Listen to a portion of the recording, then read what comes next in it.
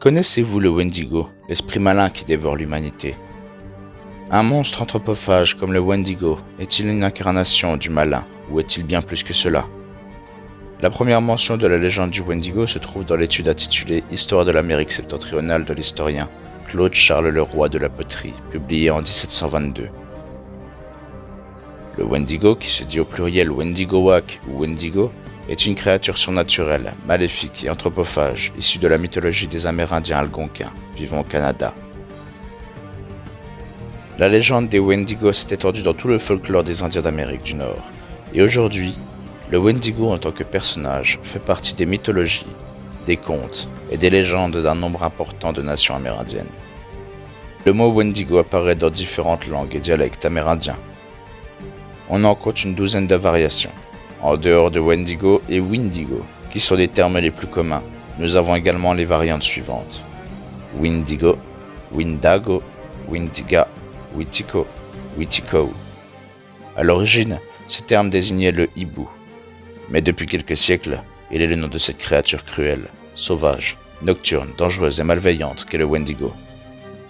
Le mot Wendigo, qui n'est toutefois pas considéré comme un nom propre, est traduit actuellement par le terme cannibale maudit. Les Amérindiens en donnent cependant une traduction légèrement différente qui se dirait en français « l'esprit malin qui dévore l'humanité ». Malgré ces tentatives de traduction, il est difficile de définir le Wendigo, car il désigne surtout une catégorie et fait référence à plusieurs créatures ayant des caractéristiques similaires, mais étant également différentes.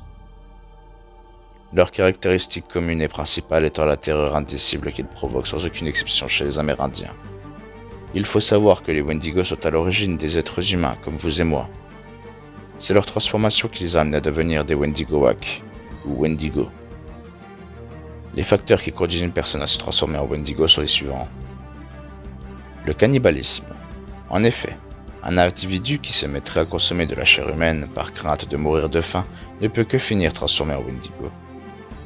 L'appel par un esprit Wendigo dans le cadre d'un rêve.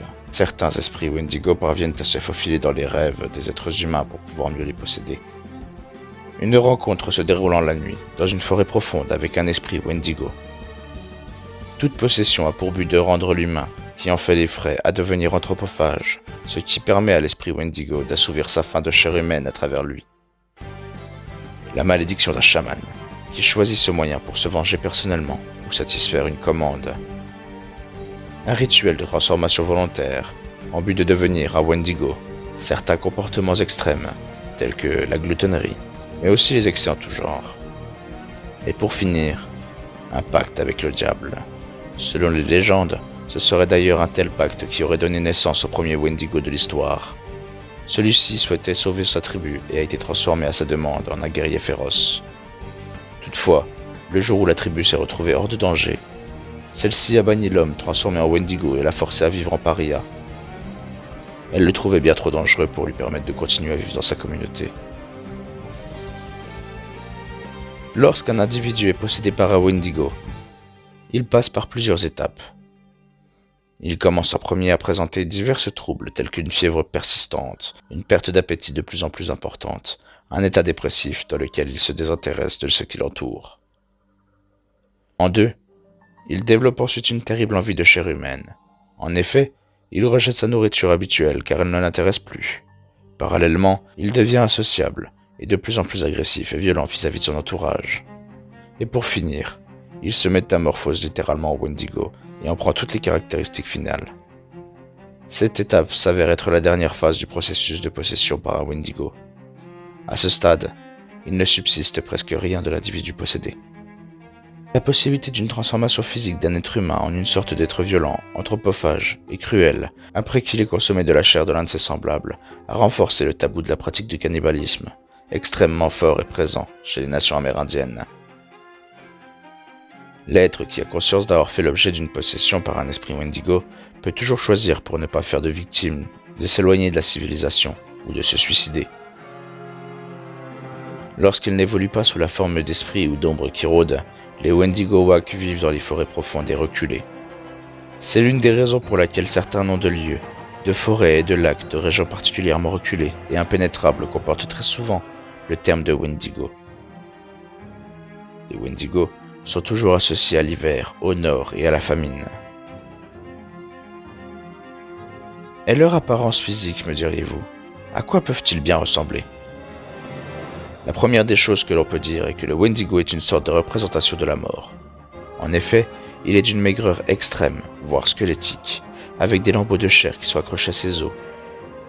Il ne possède pas de lèvres et pas d'orteils. La couleur de ce qui lui reste de peau est grise. Ses yeux sont rougeoyants et profondément enfoncés dans leurs orbites. Il a des canines jaunâtres, ainsi qu'une très longue langue. Il dégage une odeur de décomposition et de cadavres, qui selon le récit, fait fuir tous les êtres vivants aux alentours de sa tanière, ce qui explique la raison pour laquelle la forêt, lorsqu'il se trouve dans les parages, est totalement silencieuse, car déserte. Dans certaines traditions amérindiennes, il est décrit comme étant un géant mesurant entre 4 et 5 mètres. Il posséderait également un cœur de glace. Sous cette forme de géant au cœur de glace, il ressemble par ailleurs étrangement au Mechouj. Un autre personnage anthropophage de la mythologie des Indiens Athapascan, vivant au nord-ouest du Canada et en Alaska. Il est d'une rapidité extrême et possède une force physique surhumaine. C'est un prédateur et un chasseur redoutable et insatiable, presque invincible, qui devient encore plus dangereux la nuit tombée. Il chasse continuellement car le produit de ses expéditions nocturnes n'a pas le pouvoir de le rassasier. Pour ne jamais manquer de vivre, il s'aménage un garde-manger constitué de personnes qu'il garde un certain temps en vie, ce qui lui permet d'avoir à sa disposition de la nourriture toujours fraîche. Il est dit que c'est la montée des vents froids de l'hiver qui pousse le Wendigo à apparaître dans une région. Il fait connaître sa présence par des hurlements terrifiants qui ont le pouvoir de paralyser, à distance, ses victimes potentielles, les laissant ainsi sans défense face au redoutable prédateur qu'il est. Le Wendigo peut vivre très longtemps et devenir plusieurs fois centenaire. Certains disent même qu'il entre en hibernation pour pouvoir survivre aux rigueurs hivernales.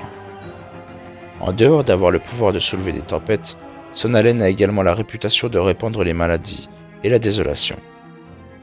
À ce titre, il fait penser à Mort, l'un des 4 cavaliers de l'Apocalypse du Nouveau Testament qui apporte sur terre la pestilence, la maladie et la mort. Le Wendigo partage également avec la Banshee, sorte de créature surnaturelle de sexe féminin issue du folklore irlandais, le rôle de messager de l'au-delà et de la mort. Entre 1880 et 1920, de nombreux colons ont signalé avoir aperçu un Wendigo près de la petite ville de Roseau dans le nord du Minnesota.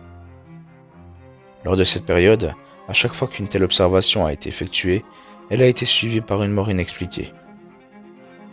Après des années de ces apparitions et de ces morts soudaines, le phénomène a brusquement cessé, tout comme ces morts qui semblaient annoncées.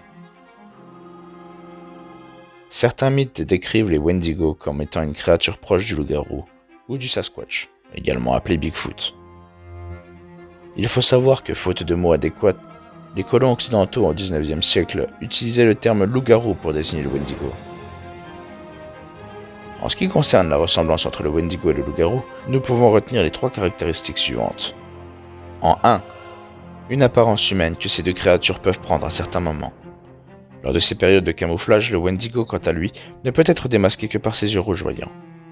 En 2, une transmission de cet état particulier par morsure.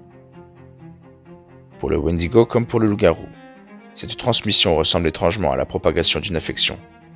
Et en 3, une transformation en animal monstrueux. Comme vous avez pu le constater, le Wendigo est extrêmement puissant. Mais attention, puissant ne veut pas dire invulnérable. Il peut être tué comme n'importe quelle autre créature. Alors, comment fait-on pour pouvoir tuer un Wendigo? Lorsque l'on se trouve face à lui, nous pouvons mettre fin à ses jours de différentes façons, notamment en le précipitant dans un feu et en le faisant brûler, en utilisant une arme ayant des balles en argent, pour la version du Wendigo proche du loup-garou évidemment, en faisant fondre son cœur de glace, en versant sur lui du suif brûlant, en éliminant la personne possédée par le Wendigo. Il est dit de celle-ci qu'elle est gelée. L'âme de cette personne se trouve au niveau du cœur de la créature, et est généralement le seul moyen de pouvoir se débarrasser d'un Wendigo et de tuer l'être possédé. Certaines légendes toutefois, peu nombreuses, relatent des cas de personnes gelées qui auraient été libérées de l'emprise du Wendigo sans avoir été tuées. Malheureusement, ces cas restent fort rares et la mort est souvent l'unique moyen pour libérer une personne d'un tel type de possession. Lorsqu'une personne possédée par un esprit Wendigo meurt, il est important de brûler son corps ou de le mutiler afin que le Wendigo ne puisse revenir hanter les vivants. Actuellement, le terme Wendigo est employé chez le Algonquin pour caractériser la folie chez une personne. Dans ce cas, le mot ne fait pas référence au monstre des légendes. C'est d'ailleurs chez les Algonquins que l'existence d'une maladie mentale appelée psychose du Wendigo a été constatée. Pour le moment, cette maladie fait encore l'objet de nombreux débats controversés et d'un certain nombre de recherches parmi les spécialistes, sociologues, psychologues, psychiatres, ethnologues, historiens, etc. Cette psychose aurait été un syndrome lié à la culture et serait restée totalement inconnue chez d'autres peuples pourtant très proches. Cette maladie aurait touché plus d'hommes que de femmes. Des personnes affectées auraient développé une faim insatiable de chair humaine, en dépit de la possibilité de consommer d'autres aliments. La psychose du Wendigo, dont l'existence est encore aujourd'hui débattue, aurait progressivement disparu au XXe siècle. Les Wendigo dans la tradition orale sont omniprésents. Ils tiennent une place de choix et de première importance dans les légendes amérindiennes. Ils apparaissent généralement dans des récits où survient un événement de l'ordre de l'inhumain et de l'innommable, dont la teneur transgresse les règles sociales établies. Les Wendigo, ou Wendigowak, font également partie intégrante de la littérature américaine et apparaissent aussi très régulièrement dans les œuvres télévisuelles et cinématographiques. Dans les rêves, les visions, les voyages chamaniques, le Wendigo est associé à la famine, au nord, au froid, à l'hiver, à la mort, à la décomposition, à la souffrance, à la douleur, à la gourmandise, à la faim insatiable, à l'interdit et à la cupidité. Le Wendigo est une créature extrêmement intéressante à étudier dans son contexte culturel. Bien sûr, elle est dangereuse et cruelle, mais pas seulement. Elle est en lien étroit avec l'au-delà, celui de la mort et celui de nos interdits. Qu'en pensez-vous? Aviez-vous déjà entendu parler du Wendigo? Si vous êtes fan de séries américaines, du genre fantastique et surnaturel, j'imagine que vous avez déjà sursauté en entendant le Wendigo se faufiler dans les profondeurs d'une forêt silencieuse.